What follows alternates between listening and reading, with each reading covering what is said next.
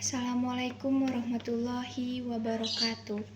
Alhamdulillah, segala puji bagi Allah Subhanahu wa Ta'ala, Tuhan semesta alam.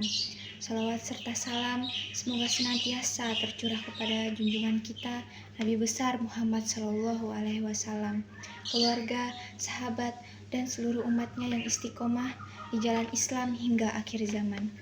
Hadirin jamaah yang dirahmati Allah, pada kesempatan kali ini, marilah kita bersama-sama merenungkan sebuah topik penting dalam kehidupan kita sebagai umat Islam, yaitu penimbunan harta atau iktinas dan mengabaikan kewajiban zakat.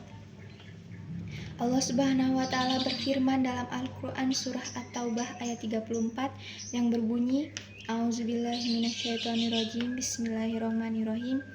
Ya ayyuhallazina amanu inna katsiran minal ahbari wa ruhbani la ya'kuluna amwalan nasi bil batili wa yasudduna an sabilillah wallazina yaknizuna az-zahaba wal fiddata wala yunfikunaha fisabilillah fabashshirhum bi'adzabin alim, yang artinya, wahai orang-orang yang beriman, sesungguhnya banyak dari para rabi dan rahib benar-benar memakan harta manusia dengan batil, serta memalingkan manusia dari jalan Allah Subhanahu wa Ta'ala.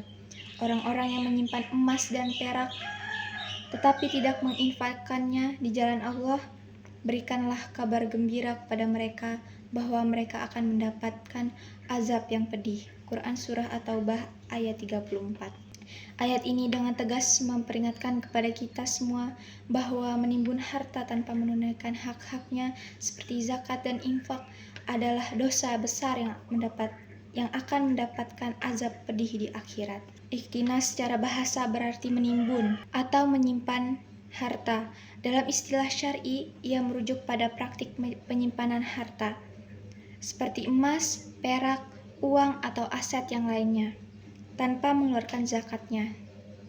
Islam tidak melarang kita untuk kaya, bahkan mendorong umat untuk bekerja keras dan menjadi dermawan. Namun, Islam sangat mengecam sikap kikir, terutama terhadap mereka yang memiliki kelebihan harta tetapi enggan menunaikan zakat. Dampak negatif dari iktinas sangatlah besar. Penimbun harta merusak tatanan sosial karena menciptakan ketimpangan yang tajam antara si kaya dan si miskin. Harta yang seharusnya beredar dan memberi manfaat justru dibekukan, sehingga menghambat perputaran ekonomi dan memperparah kemiskinan. Selain itu, perilaku ini mendapatkan kemurkaan dari Allah Subhanahu wa Ta'ala dan menjadi sebab utama azab di akhirat. Padahal, zakat adalah solusi sosial dan spiritual. Ia membersihkan harta dari sifat kikir dan tamak, serta menyucikan jiwa dari cinta dunia yang berlebihan. Dalam zakat terdapat keadilan, pemerataan, dan kasih sayang antar sesama.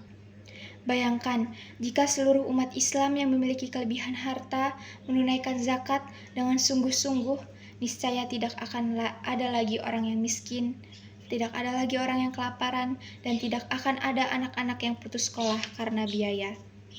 Dan tidak akan ada ketimpangan ekonomi yang mencolok.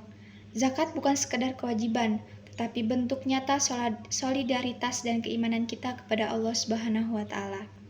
Oleh karena itu, marilah kita jadikan harta sebagai sarana untuk beribadah, bukan untuk ditimbun ataupun dibanggakan. Jangan sampai kekayaan yang seharusnya membawa keberkahan justru menjadi penyebab kesengsaraan di akhirat. Tunaikan zakat dengan ikhlas, bantu saudara kita yang membutuhkan, dan jauhilah sifat kikir serta tamak.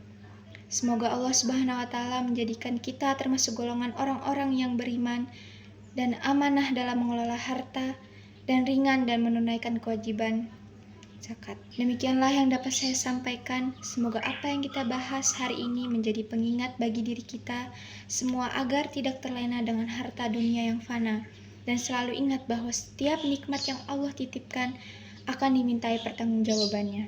Marilah kita manfaatkan harta yang kita miliki untuk mendekatkan diri kepada Allah dengan cara menunaikan zakat, berinfak, dan membantu sesama.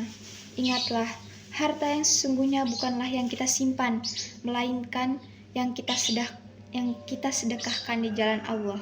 Semoga Allah Subhanahu wa Ta'ala memberikan taufik dan hidayahnya kepada kita, menjadikan hati kita lapang dalam beramal, dan melindungi kita dari sifat kikir dan tamak. Mari kita tutup dengan doa, Rabbana atina fid dunya hasanah wa fil akhirati hasanah wa qina azabannar. Akhirul kalam, mohon maaf jika ada kesalahan. Wassalamualaikum warahmatullahi wabarakatuh.